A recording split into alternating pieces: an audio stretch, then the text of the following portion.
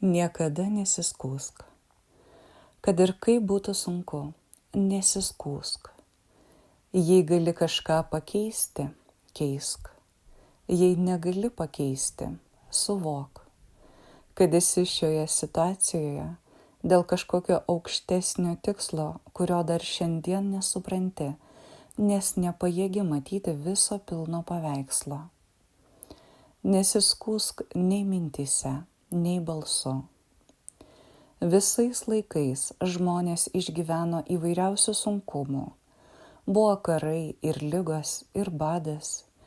Ši žemė matė tiek daug žmonių vargo, skundų ir kančios.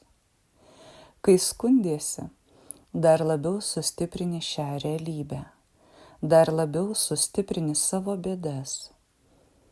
Turi pakylėti savo sąmonę virš visų problemų, virš viso to, kas tau atrodo nemalonu, nekomfortiška, nepriimtina. Jei sugebėsi virš jų pakilti, ne visas jas išspręsti, jei sugebėsi pamatyti problemų laikinumą ir mažumą visatos atžvilgiu, amžinybės atžvilgiu, jos vis mažiau ir mažiau darys tau įtaką. Taip, vis labiau atsikovosi savo vidinę laisvę, o įgyjęs laisvę, sukaupsi reikiamą kiekį energijos pakilti į naują realybės lauką, kuris visų pirma prasideda tavo vidiniame pasaulyje. Įžengsi į naują pasaulį, kuriame nėra smurto, pykčio, apgaulės ir visų žemų vibracijų, su kuriomis tu daugiau nerezonuosi.